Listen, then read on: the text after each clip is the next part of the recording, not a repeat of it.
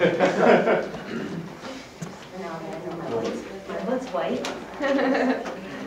How embarrassing. I've been walking around out there. Okay, ready? Have you ever wondered why we lock our car and house doors at night, or why our society advises us not to pick up hitchhikers or cars pulled over with their hazards on? I believe that a young man named Charles Starkweather and his girlfriend Carol Fugate could very well have something to do with this. I'm going to tell you about who Charles Starkweather is, his relationship with Carol Fugate, a brief overview of the murdering spree, and their punishment. I will start off by telling you what Charles was like before he began slaughtering innocent people for a living. According to an article, Mass Murders, Charles Starkweather and Carol Fugate, written by Marilyn Bardsley in 2008, Charles Starkweather was born into a poor, but loving, hardworking family on November 24th, 1938. He was the third of 7 children born. Charles was bow-legged, had a slight speech impediment, and had severe myopia. Myopia is just a more complex word for nearsightedness. Since Charles' myopia was so severe, he couldn't even read the big E on the eye doctor's exam chart. Okay. In school, he was taunted for all of his flaws, which led to a lack of self-esteem and a ton of rage.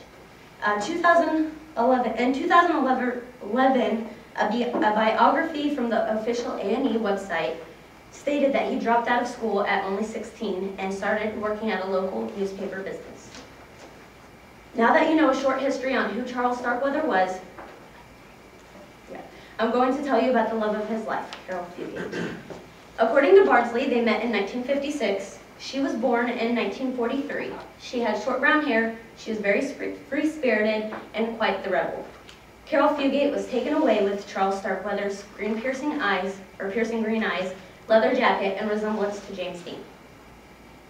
He was 18 at the time, and she was only 13. However, regardless, they were still in love. However, Carol's parents felt different and forbid them to see each other. Charles knew that if he wanted to be with her, he was going to have to marry her. He quit his job at the newspaper, and he started working at as a garbage collector. But the money wasn't worth squat. That's when he decided that crime was the answer. Now that you know how these 2 murdering lovebirds met, I'll tell you about their murdering spree. An article called Midwest Murder by Vicki Britton, it was published in 2008, stated that Starkweather and Fugate murdered 11 people. One of the 11 was Robert Colbert, who was an attendant at a gas station, who refused to sell Charles a stuffed animal on credit that he intended to give to Carol Fugate for a birthday surprise. 3 of the other victims were Carol's family, her mother, her father, and sadly, her 2.5-year-old sister, which he killed by stabbing her in the throat. Bardsley and Britton both confirmed that they lived in the house for several days after they murdered their own family, before returning to the road. The rest of the victims were innocent people, such as Robert Jensen and Carol King, who were high school lovebirds and stopped to help Starkweather when his car was stuck in the mud. But that ended up in 2 bullets in each one of their heads, and he attempted to rape the girl after she was already dead, and they stuffed them in an abandoned basement of a house. So I've told you some of the horrible acts committed by these mass murderers. I'm now sure you would like to know how they were punished. On January 29, 1958, a geologist was walking by their car when they seemed to be having troubles.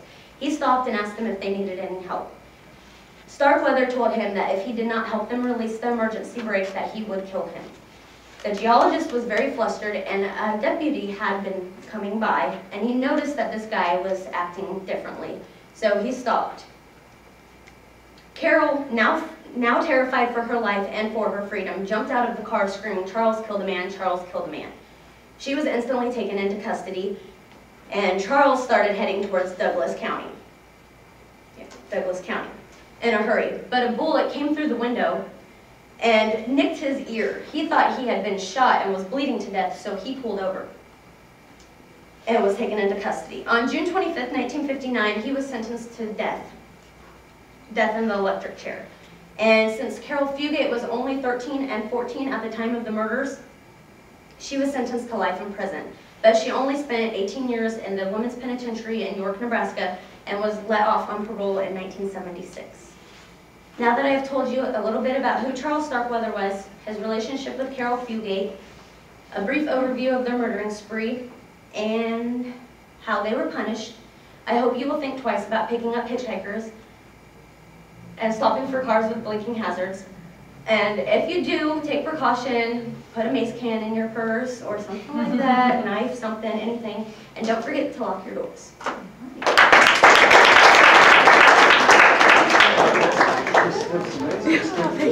Thank you. 4 minutes, 30 seconds. Okay. Nice. I thought I was going to come for 8. Not up. 4:30.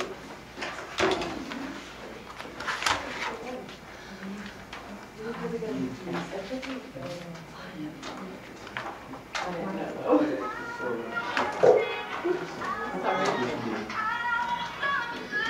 just have this one right.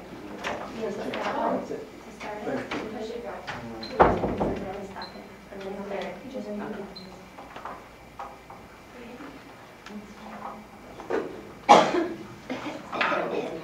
You're like,